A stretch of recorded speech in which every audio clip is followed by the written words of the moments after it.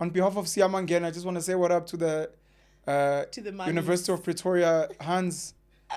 You know, we keep it popping here in Newtown. Now I'm asking Sia. Don't ignore me. Shout out someone. For real. To the honeys, for you. Wits girls used to be the ugliest. Wasting the views, Baba. Wits girls used to be the ugliest just by... Speak to my baby mama. No, I'm not going to do that. Look to that camera. No, I'm not gonna do Look to that camera. When you get bombed, I do not want to be in the line of fire. Jeez. Wits girls used to be the ugliest just by design. Because I don't believe there's an ugly girl, but that's fine. You're a woman. Obviously, you guys hype each other over umpeto. No, because the criteria for beauty has changed so much over my lifetime. No, it's not. It's not. It's changed. Remember, eyebrows have changed. Hair has changed. Nails have changed. So what is really beautiful? If it's changed from the 90s, when I was a kid, black people were not considered beautiful at all. And then came that era of the thin eyebrow. Okay. And then after the thin eyebrow and like the crazy ass like purple eyeshadow and red lipstick, then came the period of the thick eyebrow. And there was a period of a thick eyebrow. We're in it, I think. Now. Yeah. But it started hard though. It started a little bit crazy. People weren't sure about how thick is too thick. Girls are clowns. You don't know that theory? Come on, man. They had those memes of the women at me, I don't follow such trends. So Wits girls were the ugliest because of the high entrance requirements of Wits. So only smart girls could get into Wits. And smart girls are ugly. Smart girls are ugly. That's why you'd see OUJ, or any University of Technology, the hands are fire. Because I'm a diploma in marketing. Hey, those girls are hot, boy. Lamantomazanas ofunda serious subjects. They don't even have swag. I cannot. Sia, you don't agree with me? I can't participate. You don't know? No comment? Yeah, you're not even listening, actually. He's on his phone here, pretending like he's listening to us. When you get bombed, I don't want to be involved. I'm also not going to be there because, I represent the sisters. So you owe me a sit down, and that's why we're here today. Very serious chat. Very emotional chat. The link I sent, and I know it was published on a lot of different sites, iol.co.za. The headline is Stepdad to Pay Maintenance. Oh, jeez. Zelda Venter, is the lady that published the article. It's from September 13th, 2024. We're going to read piece by piece? Yeah. You're going to read as well? I don't want to read. We can go gangani. There's no rush. Yeah. Let's read through section You'll read. by section. I can give you my phone. You read a section, I read a section. Okay, cool. Let's do that. A right to parental care extends to a step-parent. I want a little line on its own. A right to parental care extends to a step-parent. A court said in ruling that a stepfather had to pay interim maintenance pending divorce proceedings from the children's mother. The Western Cape High Court ruled that the basis for ordering the stepfather to pay maintenance is the children's right to parental care. Yeah. Let me see how long this thing is so I know where to chop it up. It's quite long. Yeah, it's a bit, but it's fine. Yeah. I mean, the thing is, I think the key thing there is pending divorce proceedings. So that's the key thing. The key thing is not that a stepfather was ordered to take care of ingane ngasizezakhe. No, because if you think about it, it's like he's all good at is when you guys are happy and together, he knows you've got kids. Later on in that article, I think the mother explains to say, no, okay, ngizofunda, but and you'll stop where you want and you'll hit. They explain to say that. Don't explain. Read the article. Let's take it easy. Let's breathe because this is heavy. It says both were previously married and had 2 children each from. Are you selectively reading? I'm reading based on what I was about to say to you. No problem. Okay, so no children were born of their marriage. The wife's children lived primarily with the couple, and the primary care of the man's parents were with their mother. But the children regularly spent time together in their matrimonial home, and they formed a blended family. Okay. Right? Let's stop there. Okay. So, man meets woman. Yes. Man has kids. Yes. Woman has kids. Man's kids live with mom. Woman's kids live with them because they're with mom. Okay. Right? And his kids would visit. Yeah. Kube blended blender. Situation, yeah. Okay. Kubek. Please continue, ma'am. Because it's contextual, ne? I guess I have to go back now, damn. No, go back. It's fine. Yeah, let me go back. This is a very important story, guys, by the way. A stepfather in the Western Cape was ordered to keep maintaining his stepchildren. Iy'ngane zasiyama ngene itshekile la. Kumele ngiqhubeke ngizondle because mama manje ngathandana naye. I see ne commentary. Okay. So it was said that while being married to the children's mother, they formed a blended family and there was no justification for them to suffer now because their mother and stepfather are divorcing. They got married. Yes, they got married, right? The couple met when the husband was her patient as a dietitian in 2015 and were married in 2018 out of community of property with the inclusion of the accrual system. Right? We understand. Hey, that's a lot of English, but you can carry on reading. Okay. It's fine. You understand that though? I can explain it to people. Okay, you'll explain. So they got married out of community of property. Yeah, with but accrual. saying that from marriage now, anything we accumulate, we share.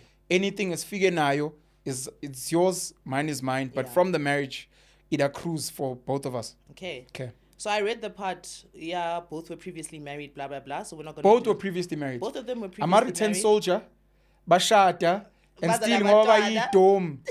They bad divorce a foot. So why would you do that? Anyway. Because you're stupid. No. The mother's case was that her children had become accustomed to a high standard of living over the last 8 years of marriage. That's a whole generation in a child's mind. So I'm guessing the mom took this guy to court.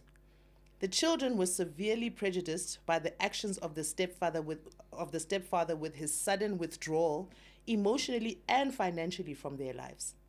This is not his kids. This is the stepkids. Yes. He still loves his kids. But he's been there for 8 years. So, right? And there's something I want to... I'm going you're to write writing it notes? down. I'm going to write it down. You don't want to say it now? No. Okay. No, I do, actually. It's the thing of,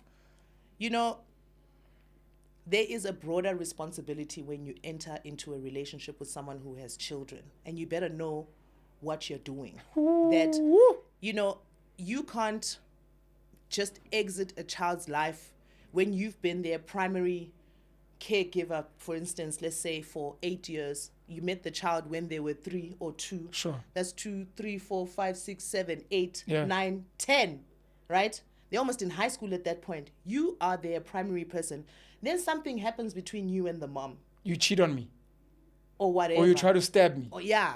And then now, the love is now removed from everybody, including the children. That is so problematic. Like, I remember seeing you're not speaking money now. You're speaking emotional. Emotional, bro. Okay. Emotional. I remember seeing Ish. I don't know whether I should. I'm not going to mention his name. Please but don't. He's a comedian and he had issues with his wife in public. And he was so adamant to communicate around how me and my kids, and they had the wife had come into the relationship with the child, and he raised that child like from young, and when he was having issues with his wife now, it's like, oh, me and my children alone, excluding this child. And I was like, yo, out of everything that's happening, I feel like that's so wrong. Let's stop there. We'll carry on reading. Okay. I've dated 1, 2, 3. I've dated 4 women. I think it's 4. Ngiyaxolisa if I've forgotten you guys. I'm such holy anymore. I've dated 4 women that have children. To what you're saying, I think I'm a good person. I think I try to be understanding and supportive. All 4 of them, when the relationship ended, cut contact and access to the child. And women have that thing that you're saying of, this is my child, I'm doing what's best. But now when you feel like it, you want me to carry on being emotionally available. I think. But when you don't feel like it, you pull the child back. I think it's a Don't time speak for period. yourself. Speak for women. Be honest. Yeah. Women, with Jola, in a situation like this, let's say the guy wanted to carry on emotionally investing in the children. If she doesn't feel like it, she'd pull back, and the guy's got no standpoint. 100%. He can't go to court and be like, unfair, I was in this children's life for 8 years. 100%. The court would be like, hey, Baba, these are not your kids. Yeah. And women do that because they did it to me. And two of them women actually really hurt me. Why does that matter? Because it depends on how entrenched you are in the children's lives. Who decides that? I love the child. No, it's not about you loving the child. It's about, and I would say for me, one of the things that's so tricky, and I think it's a broad thing that a lot of single women go through, you know, prior to me being in a long-term relationship, it was tricky, man. Like, you navigating the dating space with a child, and then you think you're getting serious with someone. Sure. Then you're with someone for like 2 years. And, you know, I did it where I was with my partner and we were living with our kids before, like long before this relationship. And then we broke up, and it was a bit, we lived with our kids for like a year, then we broke up. Yeah, and I felt some type of way about it, and I stopped like actively introducing people. Like, I was like, you know, at least give it a year. Why did you really stop? know? Because I felt like it was just, my son didn't really care, but my son created a narrative in his mind about this guy so that he can let go of him also emotionally, you know. A false narrative. A false narrative about him. And That's I let him sad. live. I let him live with it, you know, because I was like, that's cool. Whatever helps you deal, that's okay. Because there's no words I can put to explain to you as a child what's actually happening. You know what I mean? So, yeah, man, after that, I was like, actually, nah. At least a year. Yeah, I think The a first year. woman I dated that had children, she was very nervous. Her whole thing was like, I'm never going to introduce my kids to a partner ever until maybe I marry him. Maybe.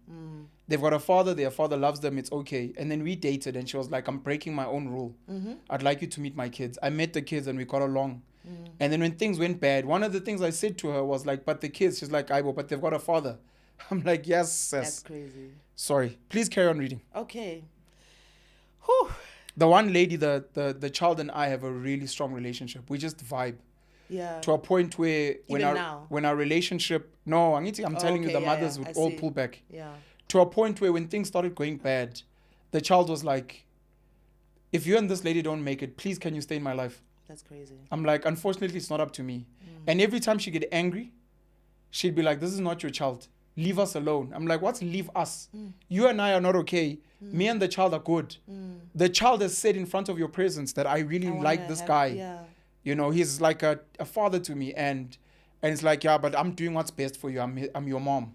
So how do you, as a woman, I think that there's such a, it's a kind of, it's a tricky situation, because how do you as a woman carry my ex basically along with you because they want to have connections with your child? Yeah. And then now you've got all these men around you. It's like you have all these ghosts in your life, and then you want to get married now. Now you're in a stable, serious relationship. Yeah. That one must stay in the child's life. Must stay. I don't know, man. Anyway, let's keep reading. Sure. So she said that her children were devoted to their stepfather and formed a strong bond with him. Devoted. Yeah. That's the words she chose. Emotive words in court. Devoted. My children are devoted to their stepfather. They probably are, and formed a strong bond with him, and his withdrawal from their lives has caused undue trauma. The husband said he has no legal obligation towards the applicant's children. Facts. He said that during their marriage, he never withheld any financial support from his wife and her children, and regularly spoiled them with only the best. Right? What a man. They went on luxury holidays, including the father that stepped up. the stepdad. Oh! Not a stepfather, the father that stepped up. Aye. Nice one. That's like a Saul thing. Anyway, they went on luxury holidays, including overseas holidays, lived in beautiful large houses valued at a minimum of 10 million. Oh, this guy was doing the most. Drove luxury cars, and the children attended private schools. The stepfather's position was that he did not have parental rights and responsibilities in respect of the applicant's children, and that he did not have to have a legal duty to maintain them, nor did he undertake or promise to maintain them. Yeah. Sometimes this is very important. He doesn't have parental rights. Sometimes actions speak louder than words. You can't say that I'm going to be here for 8 years looking after your children. Then when you divorce, you say, oh, I never said that I'm going to look after them. Yeah, you never said so, but you've been. And yeah, but it's circumstantial. We couldn't chuck them out. I couldn't be like, I want to be with you, so fuck your kids. Yeah, but we should have had a reasonable discussion around. The reasonable discussion is we're together. Yes, but we're not together anymore. You see, now that's the problem. Or are you even providing for my kids that live with their mom? No, man, I must just work for your kids. Because she's a dietitian. Yeah. Is your baby daddy also providing for my kids? Let's find out here. That must provide for the whole nation. Yeah, and this is Yes. yeah, wakwata. I mean, these are the things Amachita are going through, and yeah, some pub judge in the Western Cape decided to rule in the woman's favor. No, it's not in the woman's favor. It's in the best interest of the child, of the children. And it's the mother that put in the application, not the kids. Therefore, in the woman's favor. Yeah, but she put in the application for her kids because she understands that if you are the one who's living with the kids and you see that these kids now have to be ripped out of schools. From my understanding, he stopped paying school fees with immediate What's effect. Ripped? That's why they're saying. What if he was retrenched? Would you go to the school and be like, oh, my kid's trauma? But he was Please keep them at the private school because the trauma is so deep and they devoted to the school. And in fact, I don't have money. They do have arrangements for that. They do. You can make arrangements for that. No. The thing here, we can debate that very fast. Let's debate that very quickly. So private schools don't have that, number one. They do have. No. You can make arrangements with the school to pay if you have lost your immediate source of income. Yes. So private schools, my understanding, and look, they'll correct us when they're wrong. Private schools are private institutions; they're companies, so they have no obligation to kind of keep you. Yeah. Government schools, under the Constitution, etc., there's 67% of our schools are no fee, or koki.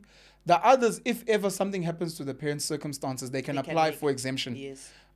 With that being said, the whole thing is we're not kicking you out of schooling, go home. It's you can find a school you can afford because you're earning less. Or this woman is not, from my understanding, not unemployed, struggling. It's not we're ripping you out of school. It's you're going to have to downgrade, which all of us have to do when life kicks us. Yes. If Lomchita's got businesses and they start making less money, and it's like, unfortunately, I can't afford, they're in the Western Cape, let's say like bishops. Yeah. I can't afford bishops anymore. The kids are going to have to go to like Rondebosch. The mom can't be like, yeah, but the kids are traumatized. You see, mo. But it's now convenient. Pending divorce proceedings is the key thing here. And the reason why that's there is because it cannot be with immediate effect. Like you say, that yes, everybody has to downgrade in life, but there is a process of downgrading. There's a mental adjustment that needs to happen. So give the kids and the mother enough time to adjust the children's mental kind of expectation. With my pocket.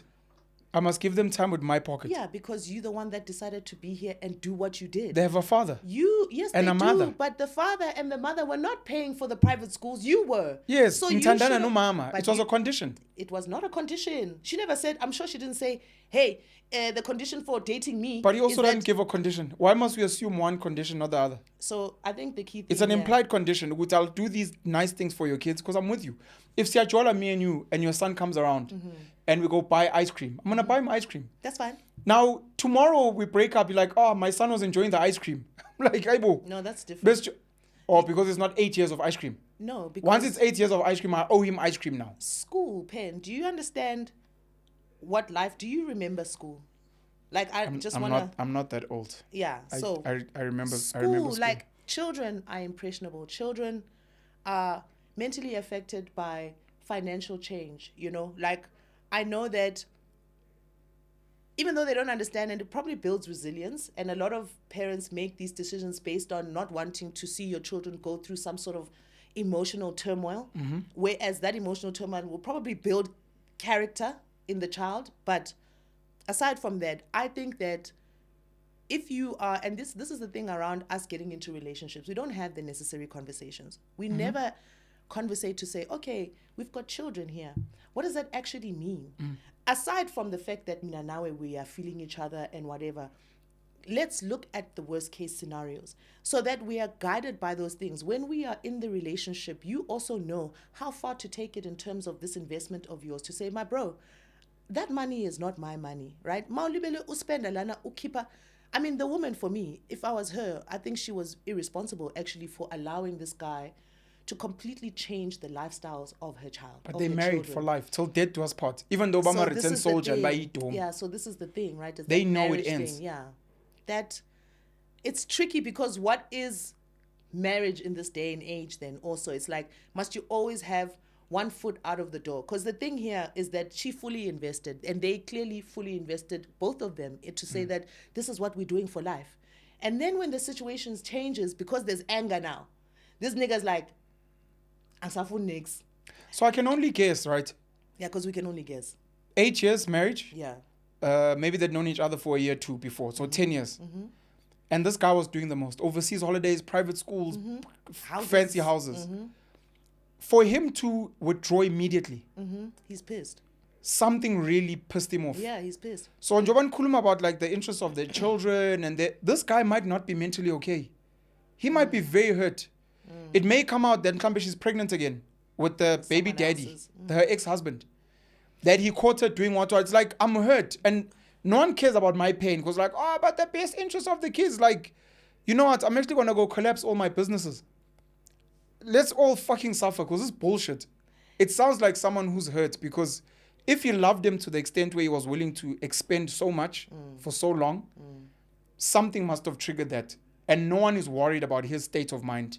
My whole thing is everyone's worried about the kids, but no one's worried about this guy's state of mind. Really? The guy might not be okay. What happens if he ends up taking his life? These are the complaints men speak about, right? So I spoke about my experiences, and maybe I'll speak about them more when we're done reading. Tyree spoke about this on the Breakfast Club. He said when there's a divorce, when a woman miscarries, a woman gives birth to a stillborn, and no one ever checks up on the man. Yeah. It's always about the woman. How are you feeling? Are you okay? Oh my gosh. No one ever checks up on the man. So in a situation like this, we're worried about the kids, in inverted commas, but it's mostly about the mom wanting to maintain the kid's lifestyle. No one is worried about the guy, bro. Okay, we hear you want to pull away emotionally and what, but are you okay? What's wrong? What's happening? Why did you make that decision? We understand you're getting divorced, but what's going on? So that we can hear his side to be like, oh, okay, no, she caught me cheating and she shouted at me. So I'm like, let me just pull back. You're like, no, you're being selfish. Then we can have a conversation about, look, can we then adjust? But if he's going to be like, look, this woman swore at my mom. She damaged my property. I just lost a 10 million rand deal because of something she did. She was sleeping with my brother and. You're extreme. And now you're bringing me to court to carry on maintaining children that are not mine, that have a father and a mother that work, is spitting in my face. And it's a no from me. Granted. And there's two things, twofold. Sure. One is that we spoke about this the last time, that men are not perceived from an emotional perspective. By women? By people. And systems? By the system. Institutions. It's like institutions that a man, it's very rare that we have conversations about a man's emotional well-being, what's going on with him. Until they take their lives. Until they take their lives. And I think it's a thing that we've been taught, for me personally. Sure. It's a learned behavior because I don't think I've been around, I live in a society where men's emotions are taken into consideration or even seen, right? So hence, like, someone, I respect Tyrese, for instance. For crying. Just, I don't need no tissue. this tissue. Men cry as well. I don't need no tissue. And I like that because, the more, it's really funny to watch, right? Because he does Tyrese is funny. We're not laughing at his moments. Yeah, he does a lot, but it's the first time. He is the poster boy of male emotions, to say, oh, men do feel pain. Like, if you're saying, like, if there's a miscarriage and there's a stillborn, nobody is thinking about the guy. How's the father feeling? No one that he had some sort of emotional anticipation to the birth of his child, and now the child is no longer here. He was budgeting, he took out loans. Yeah, and now he just has to keep moving on, and also, more than anything, support the woman like he doesn't need support. So it's like a one-way level of support, and she doesn't need to support him. And in fact, what typically happens is that women feel like, oh, you are not supporting me enough, and then you break up after big moments like that, like stillborn situations or miscarriage situations, and it's like nobody ever thinks that maybe this guy is acting out because of his emotion, and the way that he will play out his emotions are very different to the way that a female will play out her emotions. We're very outwardly emotional, whereas maybe guys are like, I'm just gonna go and drink myself to a stupor every night with my friends. I want to escape. I don't want to think about this thing. Sure. And typically then people are like, oh, but you're neglecting your wife. 100%. You're so neglectful. Yeah, you're You weren't here when I needed you. You're like, well, I kind of needed you as well, but I didn't put it on you. Yeah. I put it on the chance to drink and laugh. Yeah. And that became that's it. Now it becomes about you to say, not only are you not present as a person during, I mean, it's sort of like this Casper in your vest thing also, you know, in the sense that it's like, it's very public, so I can't mention his name, to say that, you know, he was cheating on his then baby mama with his current wife, and their child had cancer and was in hospital. And when you think about it and you just look at it from face value, it's like, oh my God, how can this guy be so insensitive? What an asshole. Like, what an asshole, right? But then it's like, the child has cancer, right? And it's like, maybe they're not getting along as parents because they're in this heightened state of emotion that nobody knows. No one has got the tools and is equipped with figuring out how to deal with a situation like that.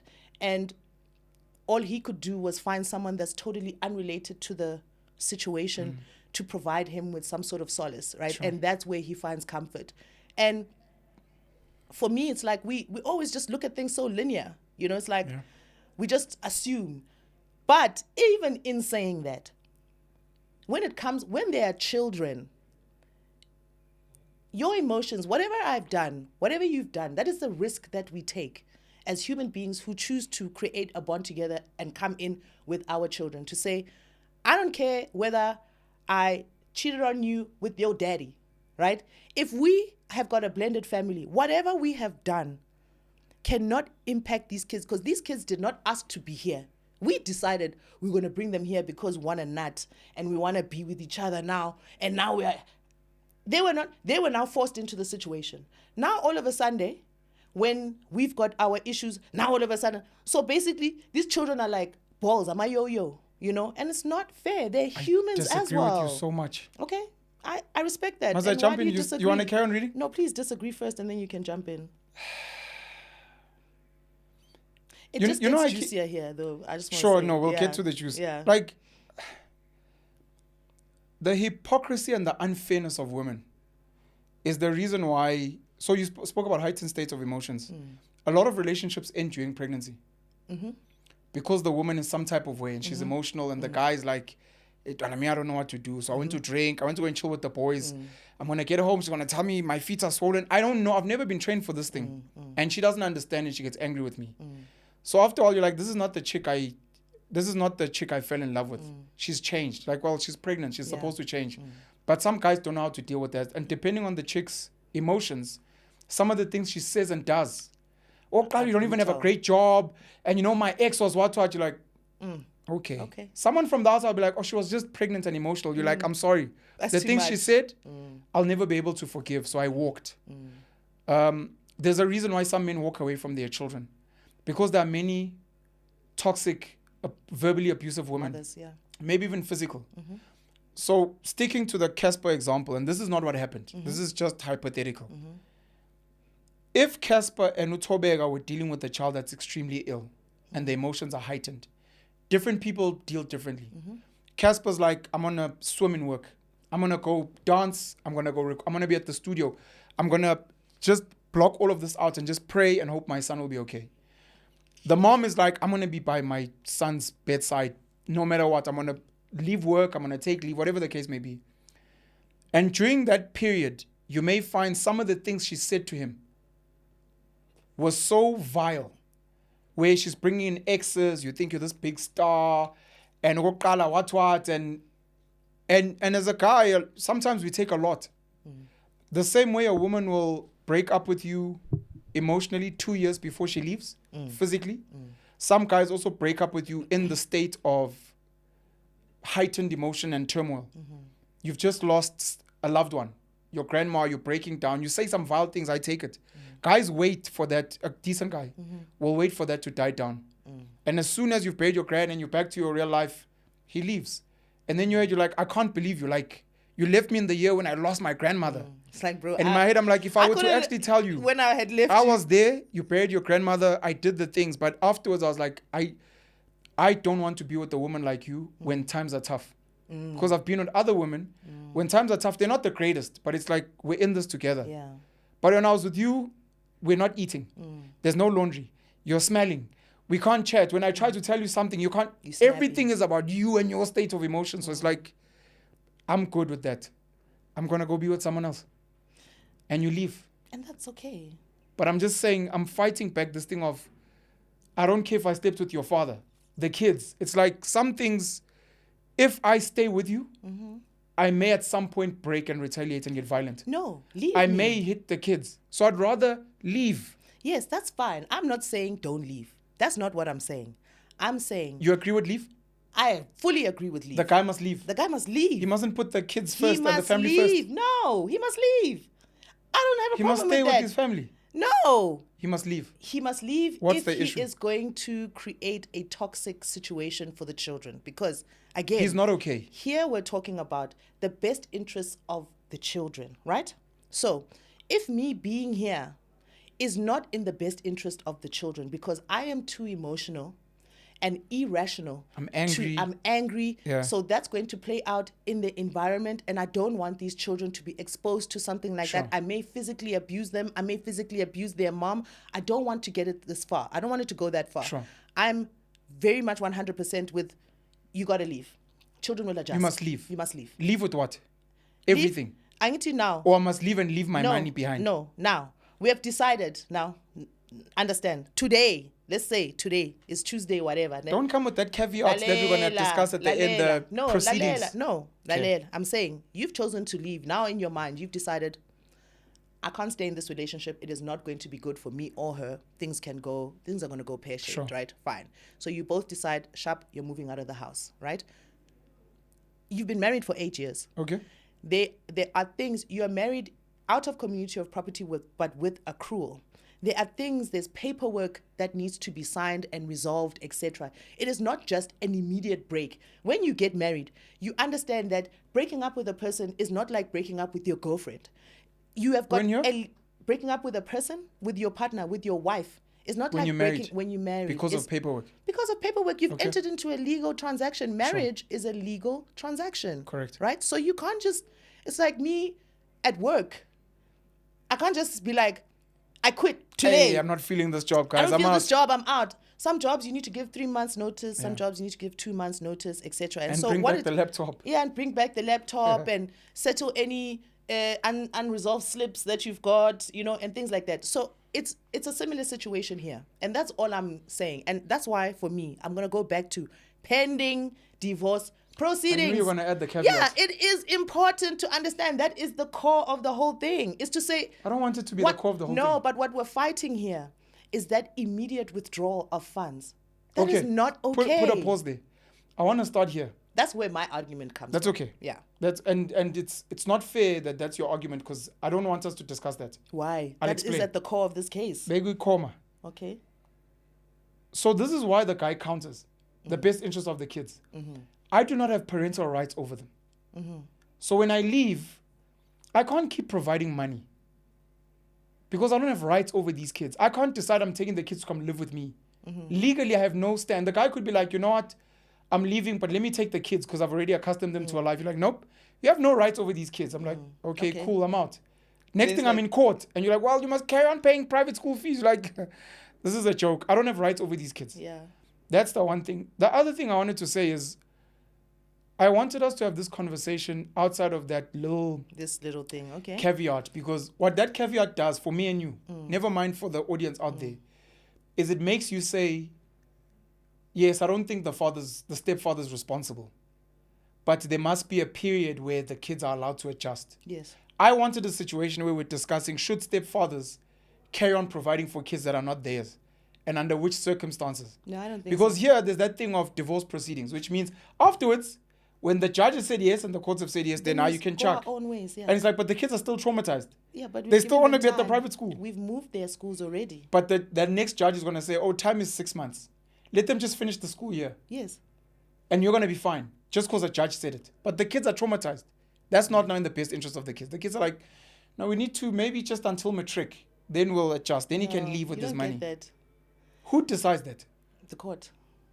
Read the juice. Did you finish the juice? I didn't. So it really gets into the space that you're talking about. Do not be a step parent. I'll explain why later. Think about being a step-parent. Don't be a step-parent. Okay. I'll explain later. Okay.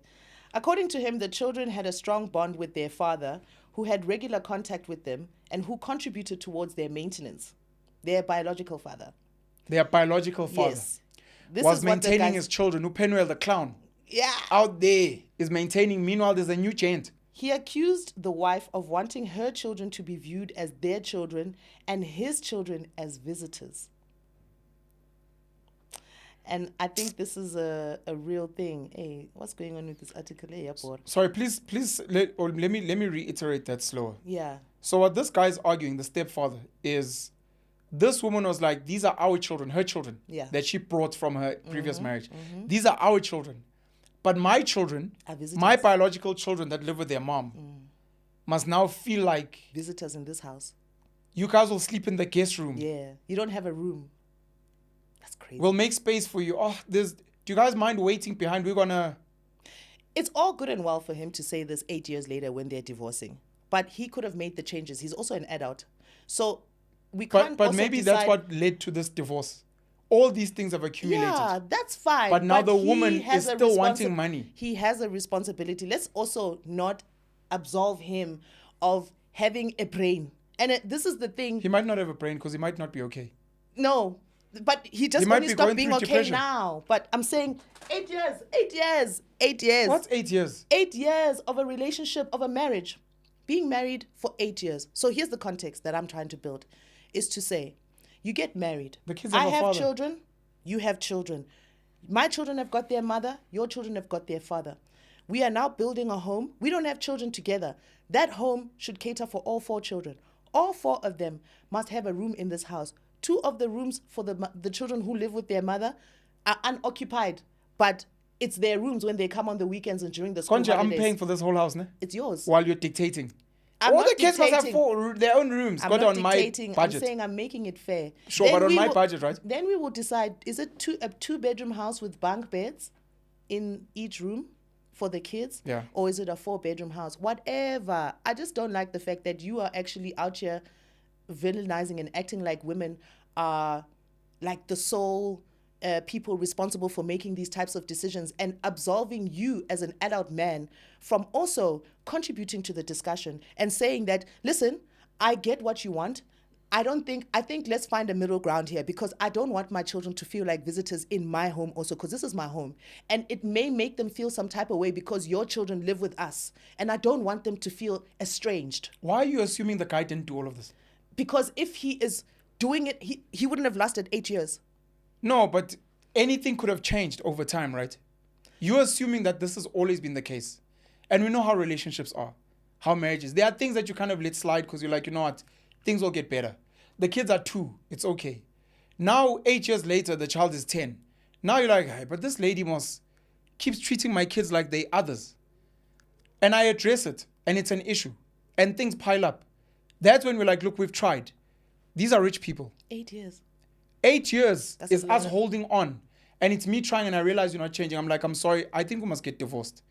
And you're like, you know what? Do your thing. I'm like, cool. And then I'm like, I'm leaving with my money. And you're like, wait. Hey, wait a minute. No, not the money. You know, let's keep I'm just saying we're making assumptions. Yeah, we're making assumptions. And you're making assumptions to defend the woman. I'm not defending the woman. I'm just saying consider all the things you're saying are very valid. And I agree with you. Yeah. I'm just saying, can you also, please, in that, also assume that the guy tried those things? Okay. And again, I'm telling you that then I think the fact that he was withdrawing immediately tells me that there's a pain there. There is a pain. Because even if it wasn't financial, he withdraws financial, I'm trying to punish you. It's fine. But the emotional tells me that it's bigger than what I think it is. Yeah. It is. 100%. And Fund. I won't raise this. The applicant sought a finding that the husband stood in the place of the parent and voluntarily assumed the role in respect of the children that she brought into the marriage. If that makes, let me say that again. The applicant, which is the wife, sought a finding that the husband stood in the place of the parent and voluntarily assumed the role in respect of the children and that she brought into the marriage, right? That was the basis for the court to find that he was liable for the maintenance of her children. She said that he had no right to terminate a relationship in which he had placed himself as a parent. He had placed himself as a parent. Judge Daniel Tulare. So she's not taking accountability. She's like, well, he chose to be a father. He did. I'm just saying. Yeah. She's not taking accountability to what you were saying, that we're adults. We're having this conversation of, look, we're going to live together with the kids. She's like, hey, he just volunteered. Me, I was just chilling. Yeah, That's what she's saying. Yeah, that's what she's saying. She's not taking accountability. What kind of accountability would she take to say, stop, don't do that? No, let's say, for example, in another situation, I'm trying to think now. The guy's not coming with perks and nice things. And the guy's like, no, I'm going to be their dad. It's like, this guy volunteered to be a loser, and now he's a loser. I want nothing to do with him. It's the volunteering positive, not negative. Yeah. Yeah. Which is... Okay, I hear you. Because let's say... She did have... I just can't think of an example of like a negative thing he was doing where the kids got hurt. He volunteered to take them mountain biking, skydiving, and then my children got injured. Then we'd ask, Mama, but where were you? But now because it's a positive thing, it's like, I don't know. He said they were going skydiving. Now the children are in wheelchairs. But it's got nothing to do with me. Yeah. Let's finish this pop article so we can actually finish unpacking this thing. Judge Daniel Tulare commented that this was... Daniel Umchita. Yeah, it's a male Daniel judge. Tulare, yeah, male judge. Commented Judge Dan. That this was a complex social policy issue and not easy to determine. And I think that's why we're having this discussion. That's fair. And we have such a back and forth on it. In contemporary South Africa, it is still offensive to hold one person liable for the maintenance of another person's children. Please read that again. In contemporary South Africa, it is still offensive to hold one person liable for the maintenance of another person's child. Okay. Right? Okay. Another question he posed was whether the applicant's children should be allowed to double dip, receive a double portion from their natural father and from the respondent. These are fair questions that he's asking. So I take it back, Judge Dan. Yeah, he took the time to think, yeah. It's not in the best interest of the children that a step-parent be permitted to abruptly abandon those children the moment they fall out of love with their parent, the judge said. But whether the father should permanently, after the divorce, maintain the children was a question for the trial court to determine. That will handle the divorce in the proceedings, Judge Tulare said, which is what I'm saying, right? But for now, pending the final divorce, the stepfather has to resume his responsibilities, the judge asked. That's the end of the article. That's the end of the article. What's the lesson, ma'am? Moral of the story? According to you. According to me is... So we have to go penzo. Oh, this fucking... think about it. Think about it. Like, a lot of us get into situations, especially when there's like money and good life involved. I've noticed in our society that we abandon all conversations and people are like, dizzified by the 10 million rand house and the guy with the Porsche and the Ferrari, and you forget to ask the questions. Yeah. And you're sitting there and now he's dizzified by whatever it is that you're coming with, right? The booty or whatever. And people... vortex. Yeah. People don't ask... The warm vortex between the thighs. Let's not have the... Sorry. Please carry on. My apologies. But I withdraw. Thank you.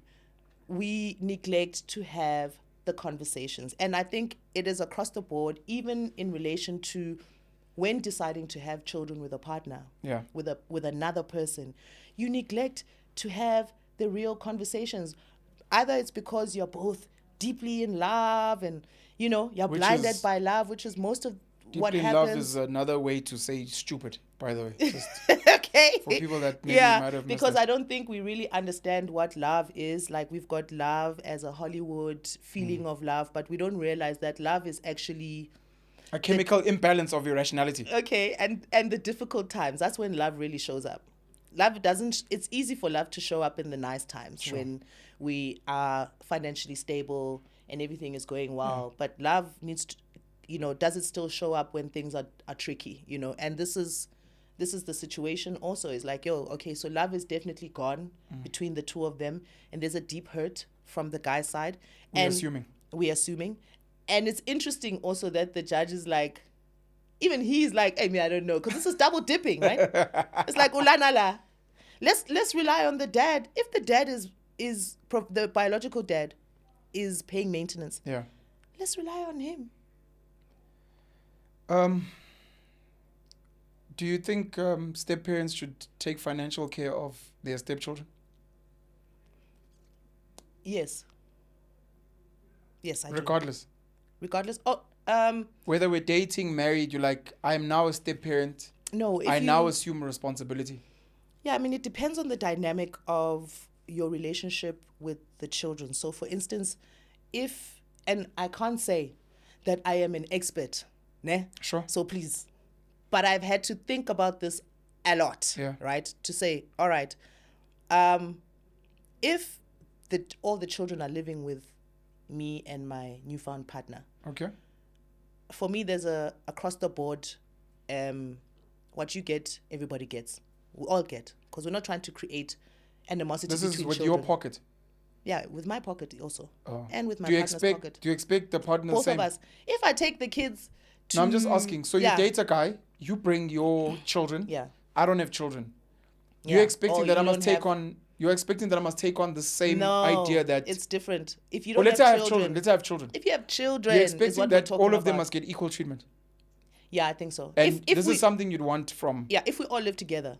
Okay. Yeah, if we all live together. If not, then they are visitors. No, if not... My kids. No, they're not visitors. But in the sense that, for instance, when I say if we all live together, is that your children maybe are not around 24/7, right? Yeah. And I think it's important that whatever your child requires as the man, even if the child doesn't live with us, we need to make sure your child has. Me and you.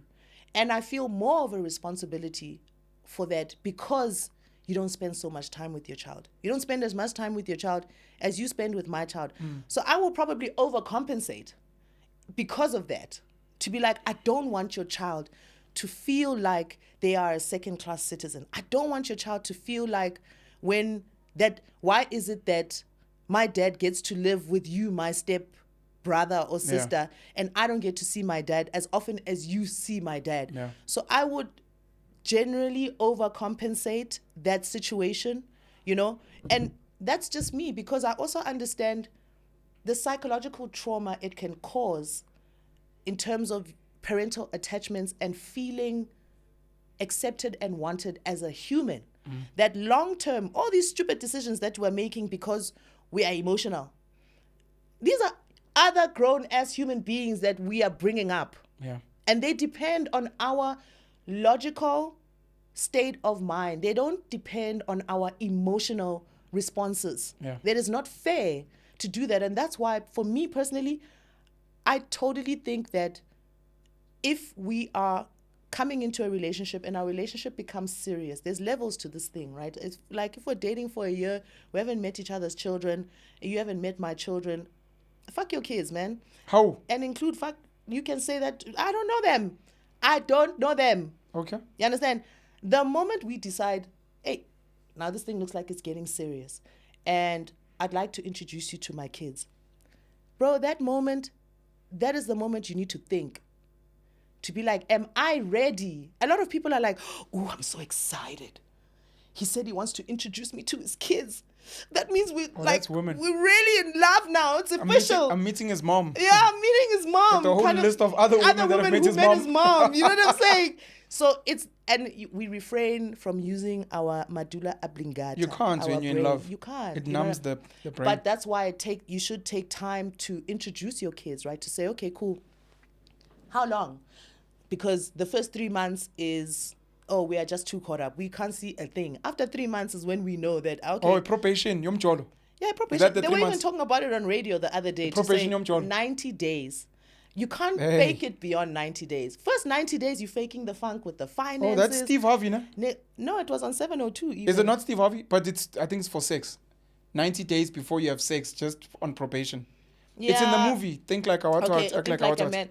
But I've noticed, because it's a real life thing, and most movies are also based on, they've got an element of real life. But sure. That people present their best selves. Sure. When you're in a relationship, you want to present all the good parts of you, and even parts that don't exist that you wish existed, you know? Interview mode. Yeah, but then after 90 days, it's going to be hard to keep faking the funk. Sure. So after 90 days is when a person's true colors come out, you know? And then after, 160 days or 180 days, there's something, 8 years. There's something else that comes out. After a year, there's something else that comes 8 out. years. 8 years. Then you get divorced and you still want my money? Hey, pen. Sorry.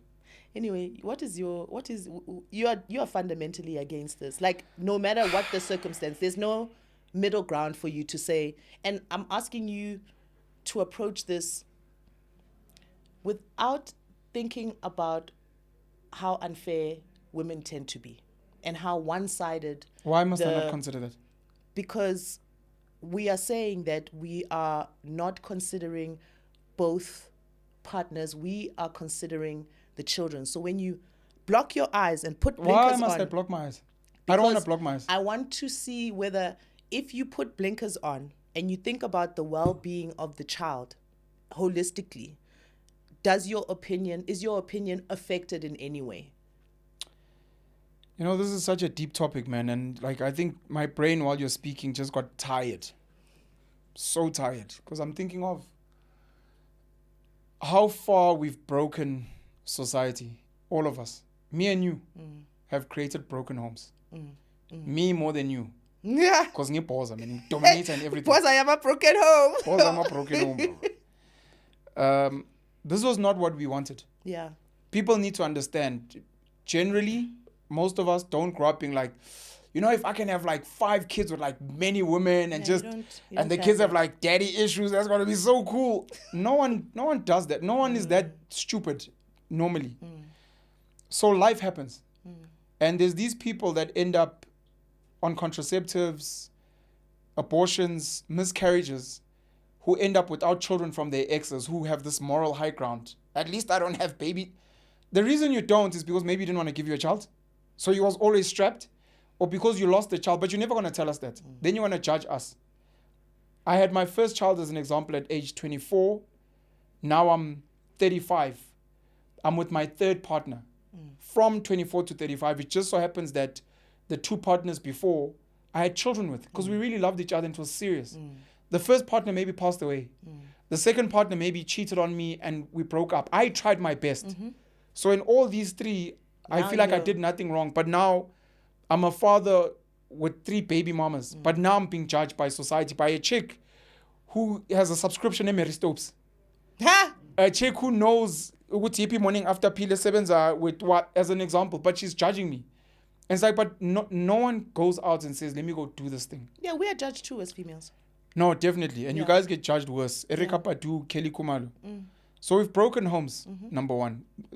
This court case is a court case of two broken homes because they don't have a child. Yeah. It was going to be 3 if they had a child as well, because this was going to be the next situation.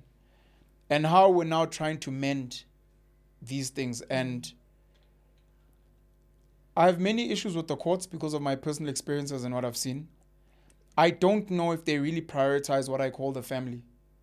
And I do have an issue with the Children's Act and this whole thing of putting children first because I think it's wrong.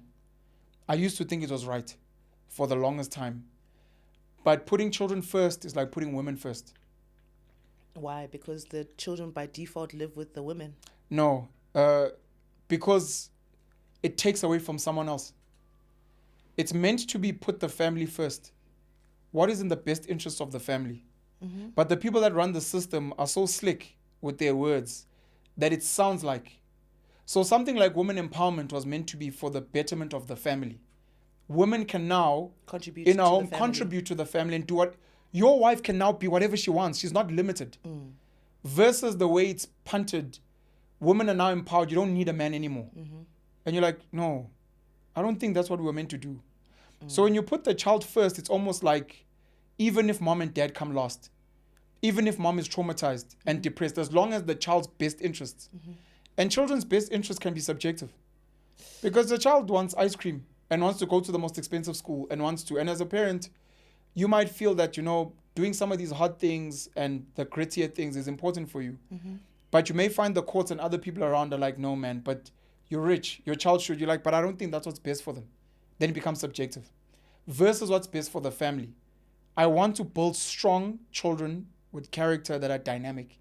And for that reason, because I want the family to thrive. Can I just Go for it. there a little bit, is to say, I think these laws were created because of the breakdown between adult human beings. We get to a point as humans, and I'm sure the courts maybe would have wanted ideally to be like in the best interest of the family. Sure. But when you're sitting opposite two people who literally can kill each other in a second, right? Then there has to be some sort of intervention that says these people are not rational right now, but they had children. Yes. And these children cannot suffer and they cannot represent themselves. And they can't represent themselves. So someone needs to represent them. An objective and hence third party. For me. Yeah. Part of the problem with the objective third party is the people that set our laws are Western influenced. So what they deem the best interest of the child may not be African. It may not be of your feminine chakra, Erica Badu energy. You're like, no, my child is like, no, your child's not going to paint pictures and float in the thing. The father was right. The child must go to school. There's a movie called, I think it's called Captain Fantastic. But it's about this father. I'll look it up now. It's about this father who, his wife passes away. I think she had a mental illness. And he homeschools, or they were homeschooling their kids. And this woman comes from a well-off family. Her father and her mom try to intervene because he's still living with these kids. They hunt animals, they steal groceries in. And it's like, this is not what your mother wanted. You're Captain Fantastic. Okay, nice. And at some point, the maternal grandmother and grandfather take this father to court. And they win. Oh. Because what's in the best interest of the children, look, outside of the examples I made, is according to what Western society has deemed. And that becomes a thing now. But, you know, you're right about they've split these people, which is why I said we've created broken families. That's already our L. And now this putting the child first, which dad must drive or fly because it's in the child's best interest. You must see dad every second weekend, and he must call you every Wednesday for 2 hours because according to them, that's what's best. And you're like, this is rubbish. Now, later on, you have step parenting that comes in because we break up, the child is not favored, and then you go and you meet Usia, and now he's coming in. The reason why I say people shouldn't be step parents, where am I even going to start this thing? I don't want to talk for too long. I'm already tired. Talk, bro. The idea of coming in as a step parent means you're almost replacing, which was being said in the article. You're almost replacing the other parents, and the other parent is there. You don't need to replace them. On the other hand, and I remember having this discussion with my first baby mama. There were two women that came into my life at the time. She was like, I don't want my children exposed to any woman. This is rubbish, this is trash, this is whatever. A year or two later, we have a discussion because I'd said to her, what is the difference between them meeting these women, them spending time with their aunt, them meeting a school teacher, them meeting a neighbor? Is it because I have an intimate relationship with this woman or these women? Is it because you feel I'm doing inappropriate things in front of them so that we can clarify what the issue is? Because this whole thing of, I don't want men coming in and out of my children's lives but your children have a new coach at school every year. They have a new school teacher every year. A new neighbor maybe moves in. Your kids get to see your brother once a year maybe, but no one ever speaks about that trauma. Is the issue these men coming in and out? Is it because you live with him? Is it because you're frustrated? I don't want men coming in and out of my life, and now I'm saying, oh, my kids. You're like, oh, your kids are fine. So we need to be like, don't do inappropriate things in front of the kids. Don't, to protect them type of. Because of my experience and the pain and the emotional biases that I've seen from women, I would tell men, and I'd probably say this to women as well, rather be an uncle or an aunt. Don't ever be a parent. Don't ever. The way you deal with the money and the emotions, it must be as if this is your child, your sister's child, or your brother's child. I think that sets boundaries like immediately. where like, what would an uncle do? So if your brother moved in with you and is like, no, man, these are my nieces and nephews. I'm bowling out of control. I've got a new tender. I've got a new album that's popping. And he pays. And then you guys fight. Yeah, mom always favored you. Fuck you. I hope you die. What. Anyways, dad hated you. And that's what. And you're like, okay. Okay. And your brother's like, fuck you guys. I'm out. It's fine. And then you take your brother to court. No, you must carry on providing for the kids. And your brother's like, I'm not going to do that. And then people listen and people are like, ish. But it is your brother versus you're married and those dynamics. I'm just saying when people have to make these decisions to try and manage the love aspect, which numbs your rationality, what would an uncle do? I love this woman so much. We're going somewhere. I'm not going to spend more than an uncle would on these kids because I want to impress you. That's what happens. And I go beyond. And when things go bad, that's when there's regrets. Whereas if I was an uncle, I'm doing this. These are not my kids. They'll never be my kids. I'll only do so much. And that should be fine. And you have a relationship with the biological father. So ultimately, what for me is important and how I would approach it, I don't want to... I'm learning a lot also as being a step parent, and I agree with the auntie thing and not being mom. Because I'm not your mother. I can never be mom. I'm not your mother. Yeah, that one. And I don't want to be your mom because I am a woman and I would hate for somebody else to try to replace me as my child's mother. Sure. You know what I mean? So I'm Auntie No Sisi, and we're good to go. But if Is that what you prefer to be called as well? Yeah, I like Auntie No Sisi. It's nice. And if the child wants to call you mom? I mean, that's his choice. But you'd accept it? I would accept it because I don't want to... some things I also realize we impose on kids, concepts that they don't understand, But he's very clear that I am Auntie No Sisi, and I'm comfortable with that. Yeah. I'm happy with that, actually. Yeah. And when it comes to things like prize givings and stuff, that's you and your dad. Yeah. That's not me. I'll say, tell me all about it when you get home. Do you know what I mean? You wouldn't go? No. You wouldn't go? No. That's him. An aunt would go though. But that's him and his mom. And maybe you've been helping out with homework. I have been. So you're like a school teacher. You deserve the kudos. But I just want to send a shout out to Auntie No Sisi there. Jeez, my maths was horrible until I met her. Yeah, facts though. You're scared of taking that? Yes. Right now I am. I'm scared, yeah. Because I don't... That's the other thing. We're scared as well. Because I don't have enough experience in this step parenting thing. Yeah. That I'm really trying to take it super duper slow. Super slow, not only for the child, but also for the mom. I don't want her to feel offended by the fact that I'm here. I don't want her to feel like I'm trying to replace her in any way.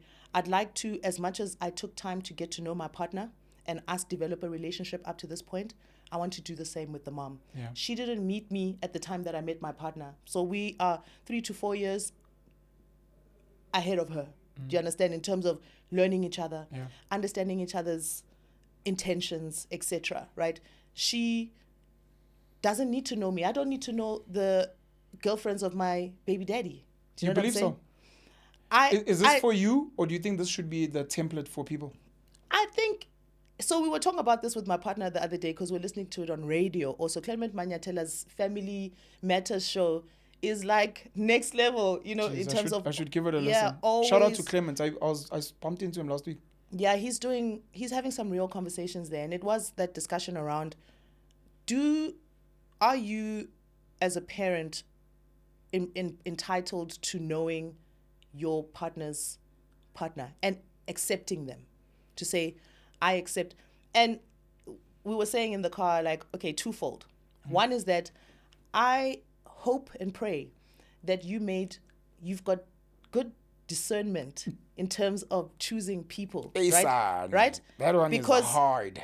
This is where we find ourselves, and I personally have been in a situation like this where I have not liked someone that my child's father was with, but I chose to then take a more active role in understanding what goes on the weekends when he is with the two of them. You understand? So that I get an understanding of whether he's feeling comfortable or not. I'm not going to talk to the dad because the dad is going to be emotional about it. He's going to be like, you don't have any say in my life, da-da-da. And vice versa with me too. I would say the same thing, So I'm like, he's not my issue. My issue is, how comfortable does my son feel? How does my son feel about how this woman treats him? And over time, I started realizing that there was some level of animosity there, where she felt that my son was getting preferential treatment because I am taking my child to private schools or whatever. And so she believes that whatever maintenance I'm asking for from my partner, from my child's father, is impeding on her children's quality of life. Which was an assumption. Sure. Right? And because of that assumption, she had deep animosity for me, and she played that out on my son, right? And some men lie. And mentally manipulated, I think, my son's father to a degree, where he then eventually stopped even coming to see him, right? And when he came out of it, he was like, oh, this was the situation. And I know that I was able to protect my son, because the moment I realized that Lomtana Lona is not comfortable there and not safe, in fact. Like, for me, it's like, I don't care whether they're poor. They can be sleeping on the floor on a mattress. You've said this before. Yeah, Shout out to you for that, by the way. That's your life. That's your daddy. That's the quality of life of your dad. That's what he can afford for you. That's what he can afford. That's fine. Yeah. As soon as I feel like my child is in danger, though, as soon as I feel like physical danger, to say that me, it could be psychological as well. Yeah, and psychological too. But for me, the obvious is physical. The psychological is whether they have the language to communicate to you. But typically they don't at a particular age, right? So I'm like, okay, cool. I'm hearing, it's like, oh, mom, we don't have this. I'm like, okay, cool. That's your dad. Don't worry. He's like, oh, I think we're poor. It's okay, babe. Not Shame everybody kids. has. Yeah, they're kids are honest, right? And I'm like, no. And I'm also protecting him and saying, hey, bro, like, everybody is different, but your dad is great and he loves you. Yeah. And so that's what you need to deal with. But then there was some incident that happened where I was like, I have to stop this thing immediately at this point. And I stopped it immediately. And I was like, I will sacrifice fighting with the father. Because he will never understand my perspective, because he is in the dizziness of love. He's He's having a good time. Yeah. So he's not going to see it. And he'll only see it in retrospect. And so what must my child suffer in retrospect? To also us now, we're like, oh yeah, but then we kept on. There has to be somebody who is responsible in the relationship. So I think I still am like, I don't think we have the right to get involved in your ex-partner's relationships. As a template. As a template. I think it is a thing of, if depending on how open you are, because a lot of people like to assume control and be like, angimfuni lo. And it's like, but who are you to say ukuthi awumfuni? Akajul nawe, So I think we need to develop healthier habits of communicating. Would you have been fine if your baby daddy did the same to you? What? I feel like my son is in danger. I'm going to keep him from you and your partner. I live with him, so unfortunately, sorry. It would have been a fight. I mean, your privilege came from the fact that you lived with your son. It does. But no. We're not speaking about that incident. No, I'm saying it does now. Yeah, example. I'm talking about just generally. Yeah. And yes, it does. But at the same time, I personally think for me, I do have a discerning mind, in the sense that for me, my son and my children come before my partners. Even if you are the father of my child, now that we had a child, that child comes before. Have we not debated this before? Anything. Where I was like, hey. Yeah, I think you've said so. And I'm like, hey, children come later. We can make more. Nah, because your children come first before your partner. Yeah, they don't get a redo. We have had the life experience and have had an opportunity to fuck up and get better, and they don't get a redo. They didn't ask to be here. We decided to bring them here. So who must put them first? But putting them first might be at my expense. Yes. And the expense of the family as a whole, as long as the kids are fine. Bro, if you are a drug addict and you decide to pick up a crack habit. Sure. Who must look after the kids? Is it to say that, oh, no, it's fine. Now the story of the children is that, oh, my dad was a crackhead, used to come home, beat up my mother every night because he was emotionally unstable. And in fact, he started to physically abuse me, sexually abuse our little daughter. Oh, my God. Who is making the decisions here? Who is looking after these kids? So that's an extreme example. Another example could be the mom gives the child a certain type of life. This child always comes here bitter, angry because they feel like I'm poor. And it's harming my relationship with my child. My child feels like they look down on me. It just so happens their mom is brilliant, earns well, but I've got a strained relationship with my child, and I don't think this is in the best interest of the child. It's really deteriorating our relationship. And I wish this child could come live with me, see what the real world is like, because his mom is rich. She's not even normal, but this child has got this entitlement that's causing us to fight, making him disrespect even people around me. When we visit my family, he looks at them like, oh, you guys don't even have Wi-Fi. And it's like, this child is becoming a monster. So you don't even like your child no more. So I'd like to put the child first and keep them away from this life where you're creating a monster. So that's the co-parenting conversation to have with the mother, to say, but you don't see it. The discernment. Yeah, I feel I have discernment. Yes. You're like, I'm sorry that I'm rich. I'm going to give my child whatever I want because you're not going to limit my... Yes. But and now we're fighting, and I'm saying, I'm discerning that you're creating a monster. Yeah, but it's all about the communication. It's all about how you say it. It's all about how you say it. It's like, if you come to me and say, this lifestyle of yours is causing animosity between my child and I want my child to move in with me, I'm like, fuck you, nigga, get a job. Go get your degree, earn more money, and work damn hard. That's literally what you'd say? Literally. That's literally what you'd say? If you said it in that way. As a retaliation. As a retaliation, okay. Right? But if you came and said, you know what, Nos, I'm realizing that I respect the life that you're giving our child, but I'm realizing that it's making him really detached from reality. And in fact, what's starting to happen now is that when he comes to my house, these are his reactions, you know. And when he comes to come and visit my grandmother in the rural areas, he's so detached from reality, you know. And I know that you know this life. Sure. You understand? So can we figure out a way that we can make sure that we raise a balanced child? You know what I mean? Because this child actually is not...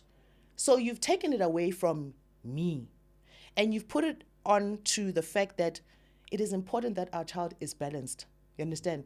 That is a different conversation. So a man has to speak the way you want for you to treat him. I'm just asking. It's similar to you too. It's to say that I have to speak the way you want. It's similar to any relationship. If you're in the work environment, if you are interacting with friends, you have to be discerning. There is a time and place. There is a language that you need to use in every context. The objective is to cross over the line. The objective is not to fight. So now we're saying that I'm trying to move away from where you are, Pen, which is, we are in... There's this like massive divide between male and female, and that one is super unfair to the other. And I'm saying, no, there's ways that we can avoid that. We don't have to be living in this eternal state of conflict. And I think we've got it twisted because we want to have... We're not sensitive. So someone said on Twitter, I don't know if it was this article I posted or it's... Oh, I remember what I posted. It was something to do with if you don't have access to your child as a father, don't maintain your child if you don't have access. There was a caveat. I put something in brackets there. I agree. And then there was, as a woman as well, don't give access to a father who's not making an effort to contribute. And then I put something in brackets. So it wasn't meant to be like that extreme. But someone put a comment there. So it's not about the post. Yeah. People can go and check out the post. Someone said where parents have created a broken home, meaning they're no longer together, he feels the law should take the child away. From both of them? Yes, and put them in an orphanage. Because you guys clearly failed this child. So we, the government, will take the child and raise them in an orphanage. And then both of you are liable to contribute for this child's upbringing that we will raise. I was like, this is interesting, an interesting dynamic. That makes me want to cry. And then I was like, what's the difference? What's the difference between an orphanage and boarding school? And the response, I was like, because that sounds like boarding school. Yeah, it is. All parents that are not with the child, no one gets a right. Mom, dad can't live with the child. The child's not going to be forced to go to boarding school because your parents can't get along together. If they can get back together, then you guys can go back. Otherwise, you're going to stay in boarding school. And his response was, there must be some type of struggle. The parents must feel some type of pain. Both. That our child is in a worse place because we couldn't get along and make this thing work. And the only way our child will live a better life is if we come together and make this thing work. I thought that was an interesting thing because part of the issues we have with the law is this thing of primary custody, primary caregiver status, where almost all the times it falls on the mom. And there are a lot of good men today who are like, I'm just as capable. I'm a nurturer as well. I can provide. Why not me? But the courts will be like, well, look, failing anything extreme, let the child stay with the mom. Then dad gets every second weekend, half of holidays, and that'll always be their lives. And someone's like, to make it fair, you guys failed. Putting the child first and not mom or dad, or we're going to take the child away. And then we're going to put them in an orphanage, and both of you are going to have to contribute. But let's wrap this thing up. That sounds like a penalism. What's your thing? Penalism. Stop it. Sounds like a penalism type thing. That's so sad. And what I appreciate about this couple, is the fact that both of them came with their baggage. I always say it's nice if you're divorced, I'm divorced. Let's jowl amongst each other, and you hope there's a sensitivity. But you would think that they would have made better decisions, right? Because they have got the benefit of hindsight, and experience. Yeah, and that they still find themselves in this situation. And I think, it's interesting that theory of like take the children away from both of them, because essentially what you're doing, but it's tricky. And I know someone who is a man and was given primary caregiver status of his child, and it's vice versa, right? But I know that that's not a prominent type situation. There has to be like really extraneous situations where the mother is really seen to not be fit to look after the child. It takes a lot for a child to be taken away from the mom, but it's a lot easier for a child. It's like a given that the child will be taken away from the dad, 100%. And most of the time also I just feel like, why must women stay with the children? Like I've seen people do this, which is really interesting, of the first years, especially with boys. The formative years, you live with your mom. Sure. When you get to high school, you go live with your dad. Right? It sounds like a good model. Yeah, I think that's cool. Similar to like a girl. You'd be like, look, you'll visit your dad, but you'll always live with me. Yeah. Because we understand that, and again, we're getting into this gender conversation around how you naturally present and what types of influences you need in your life, Hey man, I don't know. It's tricky. One of the things I once raised, because people like raising this thing of like a parent must be present. That's what's best. I once asked the question, why do you guys not bash parents who send their kids to boarding school? Why must we be present? You should see your child regularly, but you don't say that to a parent who sends their child to Hilton. There you're like, the parent is like doing the most. Twice a year, yeah. They never see the child, but that's not a bad thing. But for some reason, the fact that the child lives with their mom, who's amazing, and I see the child maybe during school holidays or every other weekend, that's bad. That's like, your child needs your presence. I'm like, but you don't give that same treatment to boarding school parents where both parents are not there. And you're not saying the child is traumatized. Is that child not traumatized? Is that child not craving something? Is it because the environment is normalized, where it's like, well, as long as it's normalized, all of us are here not seeing our parents, maybe it's better.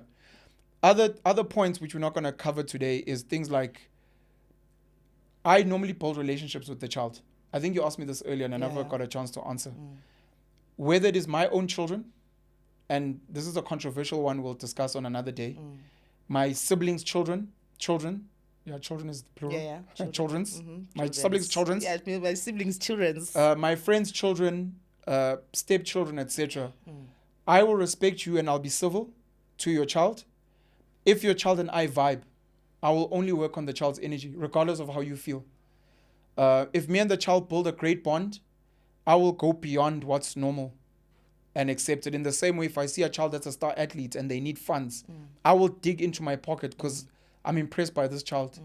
If your child is offish and always speaking about their father and what, I'm just like a school teacher. With the same energy. No. I'm not going to be sour. Yeah. I'm just neutral. I'm like a school teacher. Oh, cool, your dad.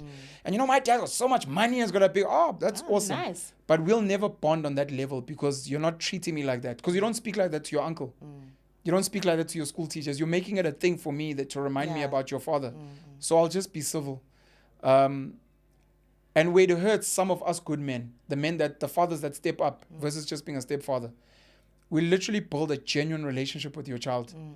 And then when it suits you, you kill all of that for valid reasons. We're not together. I'm uncomfortable you being in my space around my child. We're not together. I can't let you have my child for a weekend. They have a father. So why am I giving you the child? I know you guys get along, but realistically, I've got a new partner now. It's weird, yeah. How does my new partner feel? You know what I mean? Yeah. So it becomes tricky. And we need to find solutions around that. No, maybe not orphanage, but I know at some point I was like, maybe if we split, children should only be seen on neutral ground. Yeah. In the sense that I'll only see my kids on sports days, on weekends somewhere. So if there's step parents and other people, guys, they'll be playing sports. Go support the child. All of you are all welcome. All your exes. All your 25 exes will be there. Welcome to buying your boy Purobos rolls and giving him pocket money. It's like, oh, the boys are here. What's up? The boys are here. Yeah, which is interesting. So I don't know, but we've broken issues, and maybe I'll close with this and then you can close. Freedom is our problem. Too much freedom. We have too much freedom. And we're too liberated. And we're too into our feelings and peace and my sanity. Yes, the opposite of that comes with violence and domestic violence and drugs and alcoholism and these things. But it became too easy for us to get into relationships, have sex, have children. And it's too easy for us to get out. Just leave. Yeah. And as we progress and try to make society better, one of the very hard conversations we need to have is, guys, we're going to have to all agree on taking away some of our freedoms for the benefit of whether you're saying the child or the function of society. The family. As a family, it can't be about you and your feelings. It has to be. And if you're verbally abusive, if the child is a terrorist, if we're going to go consult, but we must know that we're not all leaving here. If we leave, it's going to be through a lot of pain. And part of that pain may be your child having to be ripped out of a grade school. Part of it may be you getting kicked out of my house. I need you to know that there's consequences, and we've consulted exhaustively. And because we couldn't find a way to limit the freedoms and stay together, I sleep in a different room, you sleep in a different room, or we're sending the kids to boarding school. We couldn't find that. You're going to lose all these perks. The perks was that we could be together. Yeah. There must be a cost, and all of us must feel it. Maybe this guy can leave immediately, but we'll punish you on the alimony so that these kids can keep what. Yeah. The alimony is for her, not for the kids. Yeah. But she can still maintain these kids. But it's out of community of property. So. But some punishment is all I'm saying. Yeah. Any closing remarks? That was a powerful closing remark. And I just want to reiterate and expand on that just a little bit to say, I think just as a society as a whole, we have too many freedoms. Yeah. And it is distorted.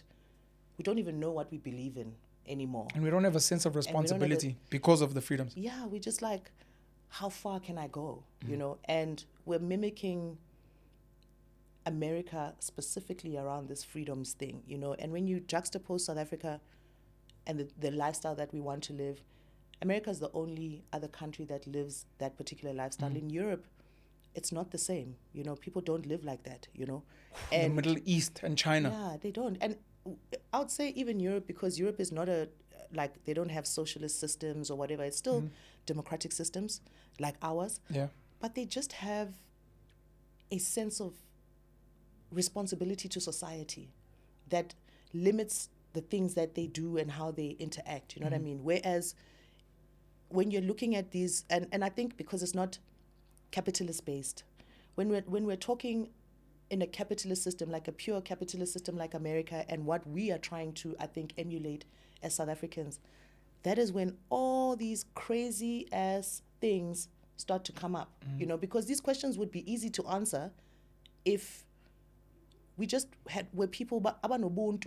Do you know what I mean? Like, yeah, we're speaking decolonization, where our families were still united and together. We didn't have all of this. We didn't have all this craziness. That's why we're sitting here, and we can disagree, but even we don't know. Yeah. Do you know what I'm saying? Even whatever it is, I have my own view, you have your own view. I may feel like your view is a little bit draconian, you know, and like, oh, this is a bit hectic. But in fact, I feel like there's peace in ignorance and restriction because you are only able to go so far. And after that, that's it. That's it. If not orphanage, I forgot to add this. One of the things we do, we split. A lot of traditional black families do this. We get married. Do we get married? No, we don't get married. We have a child. You raise the child. You decide to find another man. Your parents take the child. To the grandparents, yes. Yeah. So maybe not orphanage per se, but If we split, maybe it's a punishment. It's not a nice punishment, but it's like there has to be a consequence. maybe both parents shouldn't have primary residence. Both of us should have to struggle to go see our child. Yeah. Both of us need to maintain the child. Yeah. And the child must be raised by someone else who's hopefully loving, but no one should have the privilege of living with the child. If you have that type of support, it's an interesting and we see how it goes, because at least the child doesn't have to deal with all these other weird dynamics of stepfathers and stepmoms and all these things. True. Because now they would do koko nomkhulu, or at least some type of more structured home, where you guys are maintaining, and you guys can visit. It's your weekend.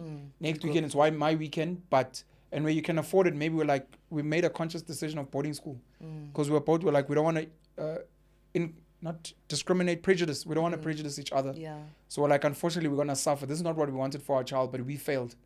So you're gonna go to boarding school, and then we'll take turns on weekends and on holidays. Kunzima. Kunzima, mfethu. All right, we're out. Kunzima.